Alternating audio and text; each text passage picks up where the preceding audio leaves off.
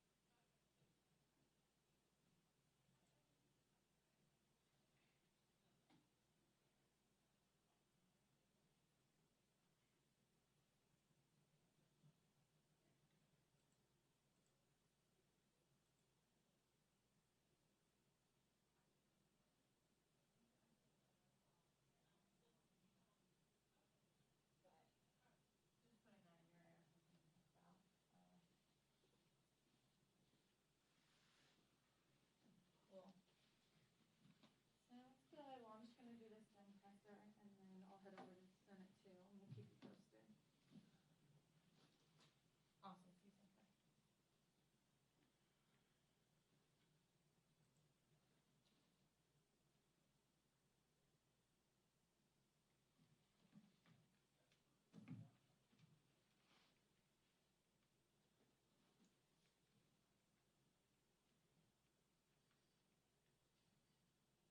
I'm sorry.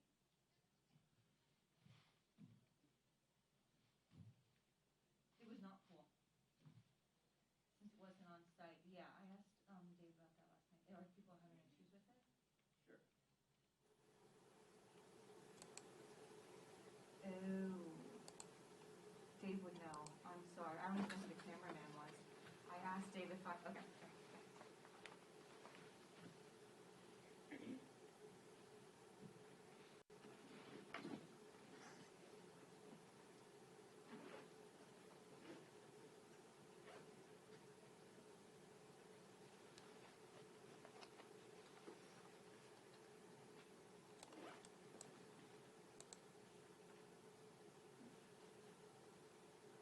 Hey, so one thing is, are you using that new Movie Central thing? Have you heard about that?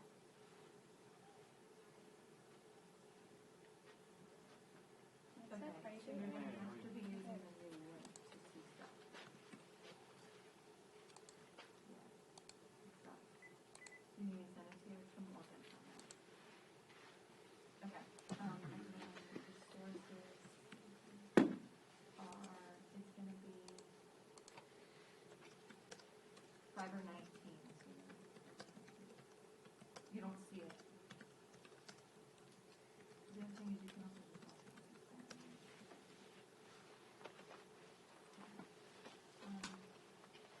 Did you find the link? I sent it to you. Yeah,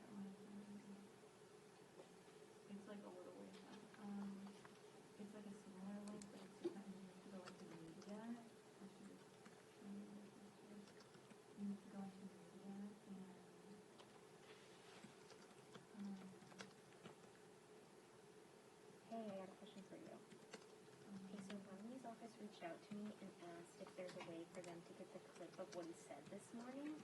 I know we don't do that, but I'm trying to figure out what the best option to give them is, because I'm sure there's a way for them to get it. I just don't know how. Oh, wait. Further down is the wash and then it's the UX one. It says you can log in North County. So click on that. Wait, we and live then go streamed to on the Twitter? side under Internet or whatever the tab is, and then hit, it's media. And then if it's not ranked by date, you have to add a column and do date.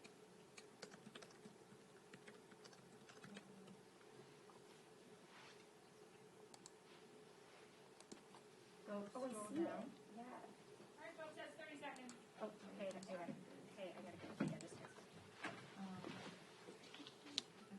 Ask me any questions, but if you need to just watch on C-SPAN to auto, it could even be.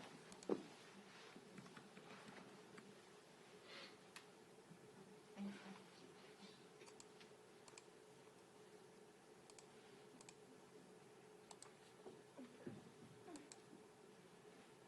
All right, heads up.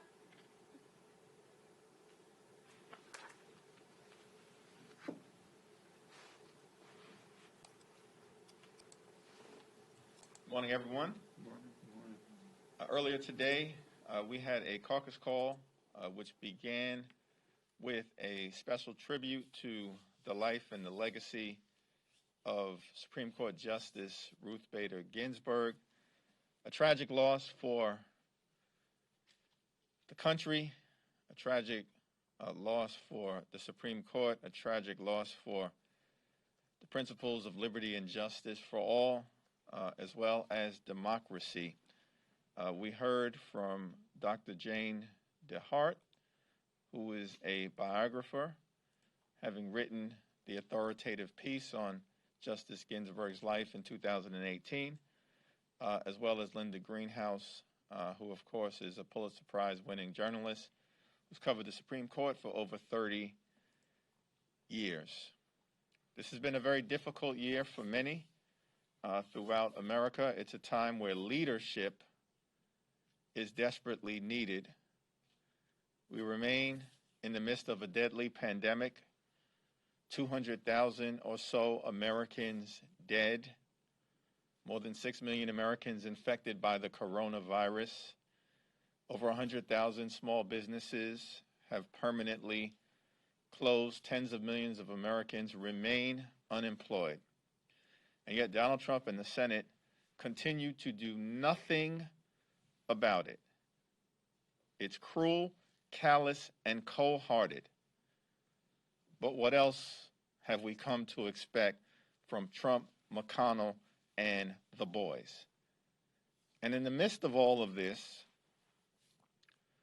before the country has even had an opportunity to appropriately mourn Justice Ginsburg and send her off, they are already trying to jam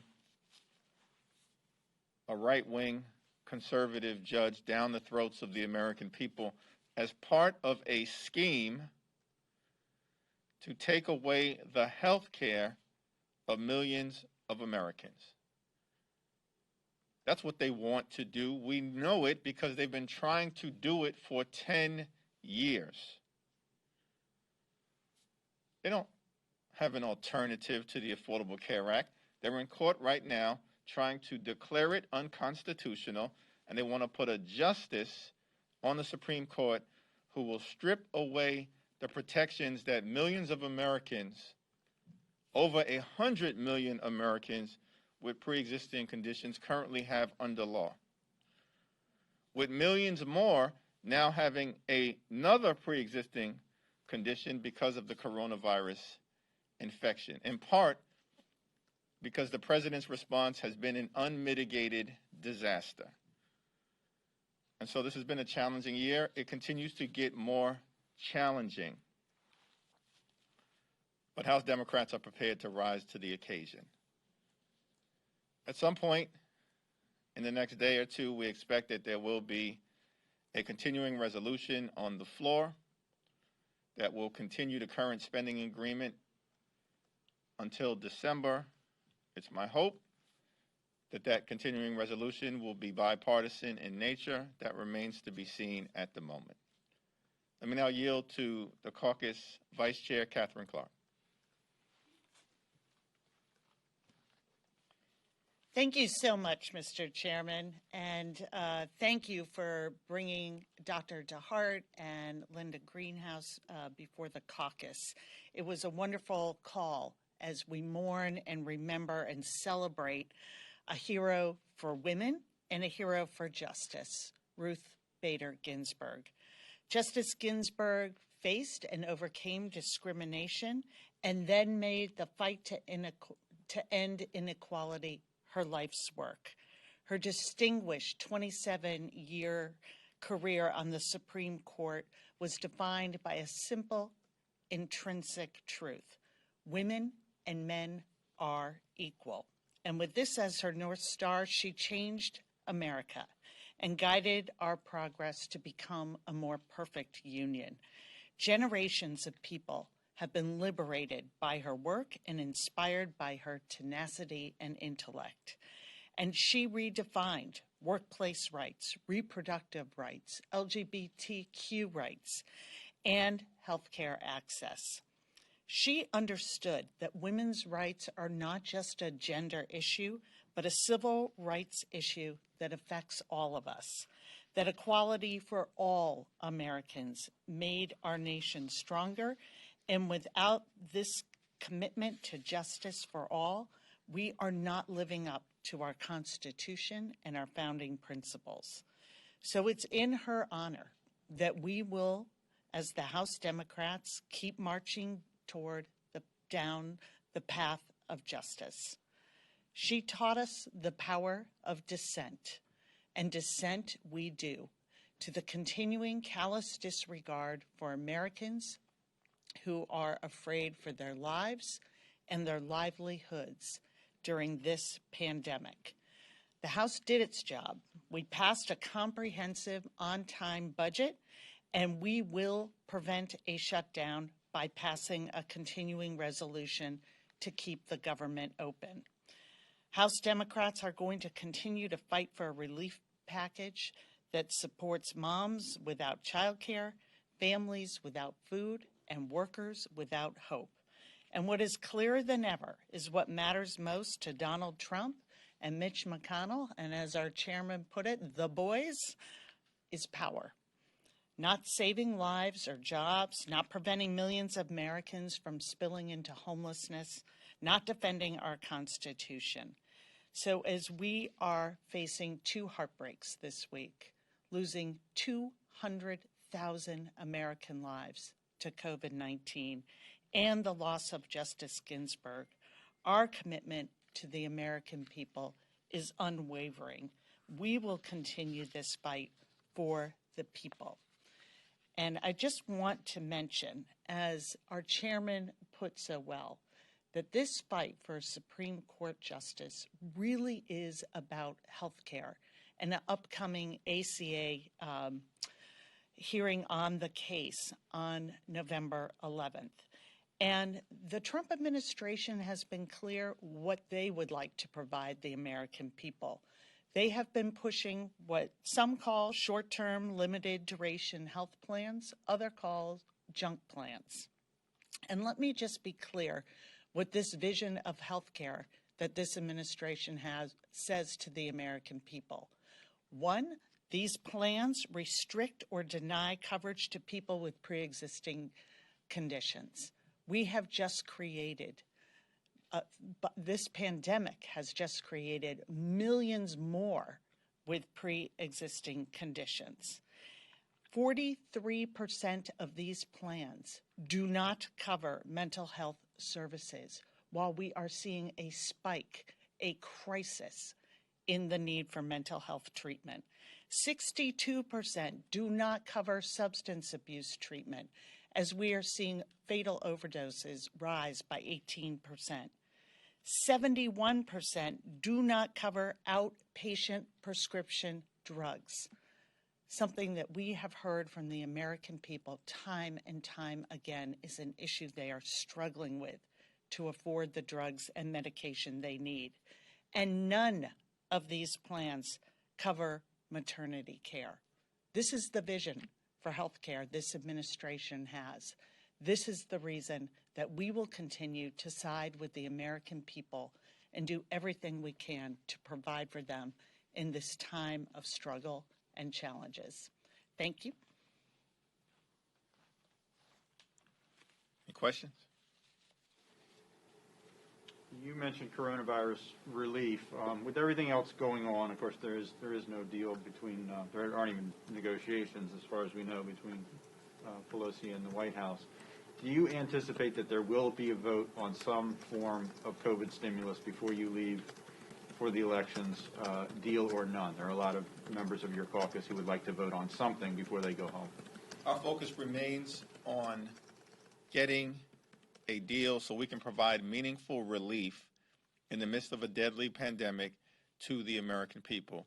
That is our North Star, and we have confidence that Speaker Pelosi, one of the best legislative negotiators in the history of the Republic, working in partnership with Leader Chuck Schumer, will be able to land us in a place where we have meaningful state and local stabilization so we can protect public health, public education, public housing, public transportation, and the public good.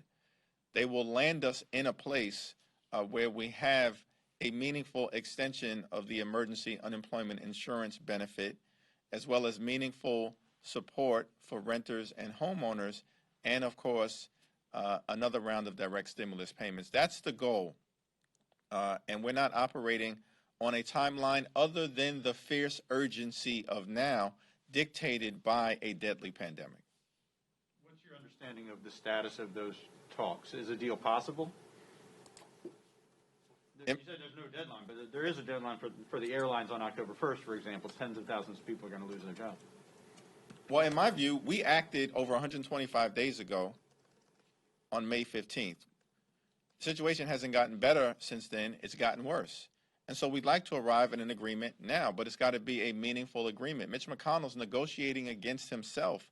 At the end of July, he put forth a plan to spend $1 trillion. He comes back after Labor Day, it's down to about $650 million. He's moving in the wrong direction when the number of Americans who have died is increasing at or around 200,000. And so we can't have a cosmetic fake agreement. That's what the president wants, a fake agreement. We need a real agreement that deals with the pain, suffering, and death being experienced by the American people. Yeah. I would just briefly add that your very question is so telling about where we are. Is it possible that the Republicans will come and meet us months after we pass the HEROES Act? That shouldn't even be a question in our minds, that of course we would have broad bipartisan support to addressing the needs of the American people, whether that's unemployment insurance, making sure there's another stimulus check, preventing homelessness, feeding our hungry children. I have a story of a mom who is putting her children to bed early so that the sleep, she hopes, will mask their hunger. This is not a question. It certainly is not a question for the House Democrats of whose side we're on, who we're going to fight for. But the question of whether this is even possible to negotiate with this administration and with Senate Republicans tells us just about the callous indifference that we're seeing. And it should be shocking to the American people that they have been forgotten by this administration and by Mitch McConnell.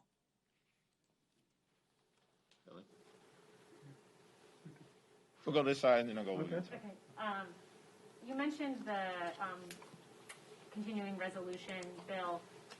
There has been a back and forth on whether or not to include this aid to farmers in it. If it means the difference between a government shutdown in 8 days or not, are Democrats willing to vote for a continuing resolution that includes that farmers' aid that was not in the bill the Dems released yesterday? That's a hypothetical that I don't think it would be appropriate for me to answer other than to say we are committed to making sure that we fund the government. As Catherine indicated, we have done our jobs. The Appropriations Committee voted out every single appropriations bill that was on the legislative agenda for that committee. The House has passed 10 appropriations bills and sent them over to the United States Senate. You know what the Senate has done? Zip, zero, stingy with De Niro, nothing. They have not even acted out of their own Senate Appropriations Committee. And so we are in this situation right now because the Senate has failed to do their jobs. The reason why they failed to do their jobs, presumably, is because they only really care about jamming extreme right-wing judges down the throats of the American people, and now they are going to do it on steroids, effectively dancing on the life legacy and lessons we should be learning from Ruth Bader Ginsburg. And they want to do it because they want to take away health care from the American people. So we're committed to arriving at an agreement because we don't believe the government should shut down. We are not the party of government shutdowns. They are. But hopefully they'll come to their senses, at least as it relates to a continuing resolution. There have been odd scenarios floated about what the House could do in terms of Supreme Court nominee developments. Has there been actually any discussion of impeachment proceedings against William Barr or even the president as a distractive or slow down, four corner stall process? No. When we proceeded earlier to make sure that we held the president accountable for his corrupt abuse of power, we followed a pathway that was pretty simple. Follow the facts, apply the law, be guided by the Constitution, present the truth to the American people. That was dictated by Trump's corrupt abuse of power as it relates to the Trump-Ukraine scandal. At the current moment, we're looking forward toward the election. Health care is on the ballot. Civil rights is on the ballot. Decency is on the ballot. Unity is on the ballot. And the American people will ultimately make the decision as to whether Trump and his corrupt administration should be held accountable. There will be a hearing later on today that will be chaired by Hank Johnson of the court's subcommittee that will explore, I believe, court capture and address some of the issues and the challenges that have presented themselves as a result of some of the extreme appointments that the president has made. But I don't think we're contemplating anything other than to say, as Leader Schumer indicated, standing in front of Madison High School, where he's an alum and Justice Ginsburg was an alum, that all options are on the table. Quick follow-up. You said in the next day or two for the CR. Does that mean it won't be today? Well, that's a decision, I think, that is still being worked out by the Speaker, Steny Hoyer, and Chairwoman Nita Lowey. Chairman, another member of your caucus has tested positive for coronavirus. Congresswoman Hayes was last on the Hill and on the floor on Thursday. You know, she called out lack of a national testing plan. She called out, lack of testing for members. What is this a renewed conversation? Is this something your caucus needs to revisit, safety for members in the Capitol? Well, thoughts and prayers are certainly with Congresswoman Hayes, and hopefully she's speeding toward a full recovery. The president's coronavirus pandemic response has been an unmitigated disaster, and it has had deadly consequences. There's no strategy for testing, for tracing, for treatment, no strategy to flatten the curve, no strategy to conquer the virus, no strategy, it appears, to make sure that there's widespread dissemination of the vaccine when it is available. the president is behaving as if the coronavirus is a hoax. In fact, he has told the American people that it's a hoax. And public health and the welfare and well-being of the American people will also be on the ballot on November 3rd. I just want to echo that we send our thoughts and prayers for a swift recovery to Congresswoman Hayes, and we will do everything we can to keep our colleagues safe. But it's the American people who are suffering. This is a staggering number that we are about to hit, the grimmest of milestones, 200,000 people. And this administration, their response is, it is what it is. And as we are dealing with this and the aftermath, the pre-existing conditions that have been created for millions of Americans, and as the science is informing us of the long-term possible effects on respiratory and cardio systems, we are engaged once again in this administration barreling ahead, trying to get rid of the ACA and to replace it with low-cost junk insurance for people that will drive up premiums in the long term and will leave so many more Americans behind. What could be more stark a response to a pandemic than to say now is the time to make sure we take away the Affordable Care Act? It's just a devastating response from beginning to end, calling this a hoax, admitting that he has tried to play this down. Why? Because of politics. His failed leadership came into stark relief with all the other inequities that we knew existed, but that this pandemic brought out and magnified. And that there is still no response from this administration to the suffering of the American people. If we do not have healthy people, we will never have a healthy economy. And this president and our colleagues in the other party in the Senate have to recognize that, have to recognize the suffering we're seeing, and they have to act. Is today's intense lobbying by the airlines, the labor-related unions, and last week's pressure altering the House Democrats' view on what maybe they could do on stimulus and do it before the end of the month? Peter DeFazio has been a leader on this issue. We came together in the context of the CARES Act to provide the necessary support for the airline industry, which is really a privately run public utility.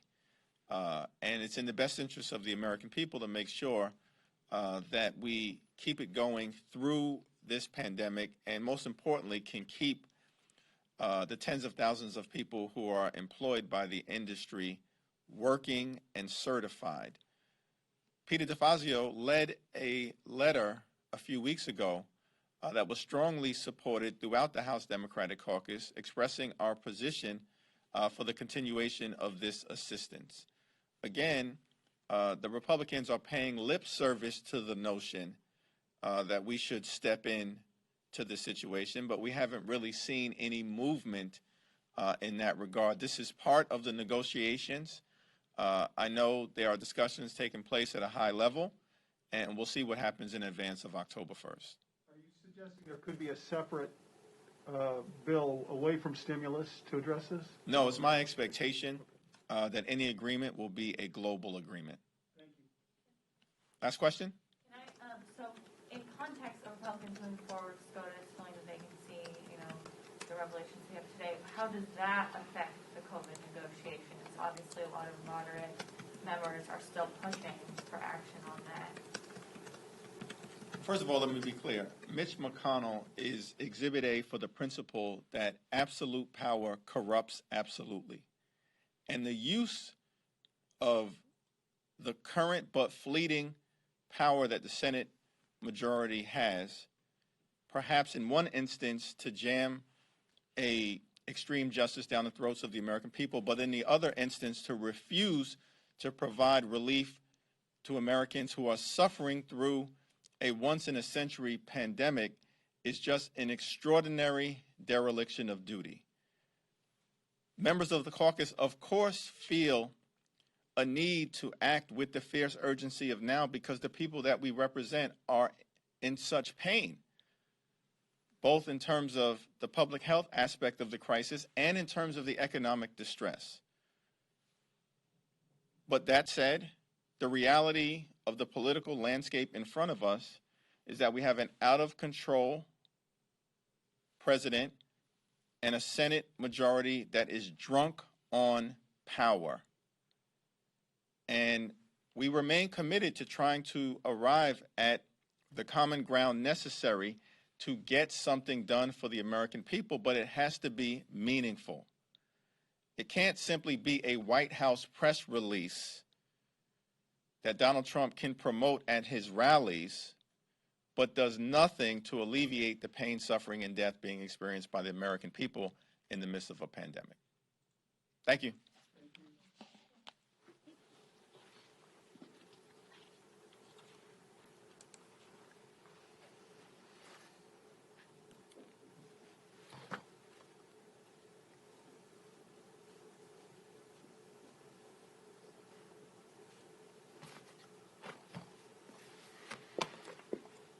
Got all that? You got it? Misspelled some of it. Got it.